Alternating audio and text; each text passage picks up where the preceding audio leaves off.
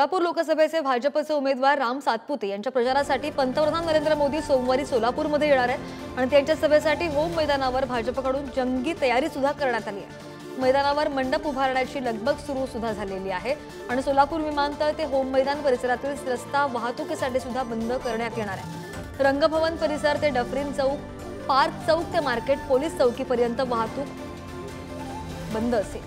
बातमी आपण पाहतोय सोलापूरमध्ये। पंतप्रधान नरेंद्र मोदी हे येत्या 29 तारखेला सोलापूरमध्ये राम सातपुते यांच्या प्रचारार्थ जाहीर सभा घेणार आहेत। आपण जर या ठिकाणी बघितलं गेलं तर मोठ्या प्रमाणात असा जाहीर सभेचं नियोजन जे आहे ते सोलापुरातील नियोजन समितीकडून करण्यात येते। आपण जर बघितलं गेलं तर मोठा असा सभा मंडप जो आहे तो या ठिकाणी तयार करतानाचं चित्र आपल्याला दिसतंय।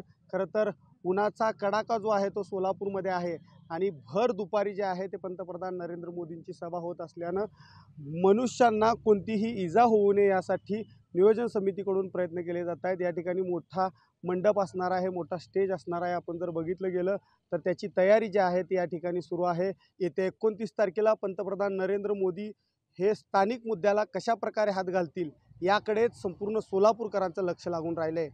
अनिकेत गायकवाड, पुढारी न्यूज।